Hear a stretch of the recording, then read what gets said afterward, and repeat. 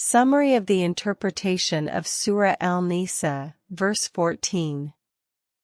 This verse follows the explanation of God's limits in legislation, which are the rulings that safeguard human life, rights, and relationships within society.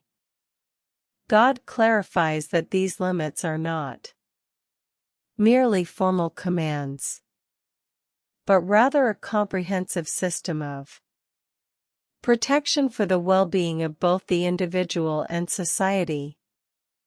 Those who obey God and His Messenger and abide by these limits live in security and mercy. Those who disobey and transgress them choose the path of separation from guidance and thus deserve punishment, the expression of fire in which they will abide eternally, emphasizes the severity and permanence of the punishment, in contrast to the bliss of the obedient. The description of a humiliating torment then clarifies that the punishment is not merely pain, but also involves the humiliation of the soul, because the root of disobedience is pride in refusing to obey God. And thus the punishment involves submission and humiliation. The verse affirms that God's limits are not a restriction on humanity, but rather a safeguard against collapse and ruin.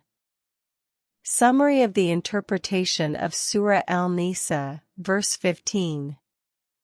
This verse addresses a stage in organizing society and protecting morality, where God establishes precise guidelines for dealing with immorality to prevent accusations from escalating into injustice or social chaos.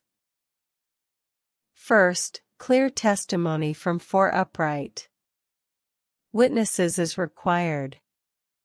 This emphasis is intentional, aimed at protecting reputations and preventing hasty accusations, as reputations are not a matter for conjecture. If the matter is proven by confirmed testimony, the initial ruling in this stage is isolation within the home. This prevents the continuation and spread of corruption within society, protecting it from moral collapse, while leaving the door open for a final ruling that God may later prescribe. The verse indicates that legislation was implemented in stages, beginning with precision and protection, followed by a full explanation of the ruling. All of this is to safeguard society from laxity while upholding justice and avoiding hasty punishment.